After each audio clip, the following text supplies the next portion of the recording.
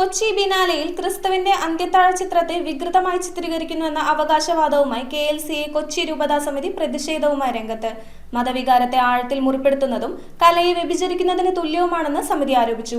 കലാസൃഷ്ടി ഉടൻ നീക്കം ചെയ്യണമെന്നും ബിനാലെ നടത്തിപ്പുകാർ മാപ്പു പറയണമെന്നും ആവശ്യപ്പെട്ട് ജില്ലാ കളക്ടർക്കും മട്ടാഞ്ചേരി അസിസ്റ്റന്റ് പോലീസ് കമ്മീഷണറിനും സർക്കിൾ ഇൻസ്പെക്ടറിനും ഉദ്യോഗസ്ഥർക്കും സമിതി പരാതി നൽകിയിട്ടുണ്ട്.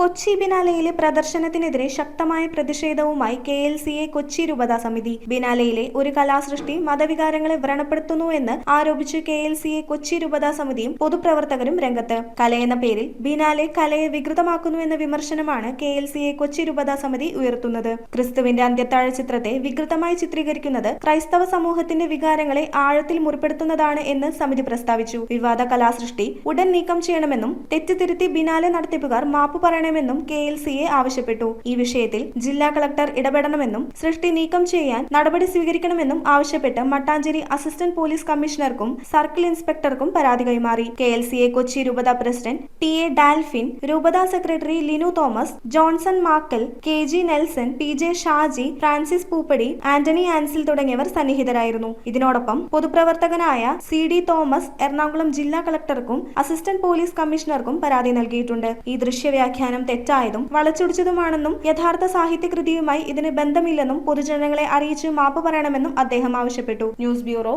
കൊച്ചി.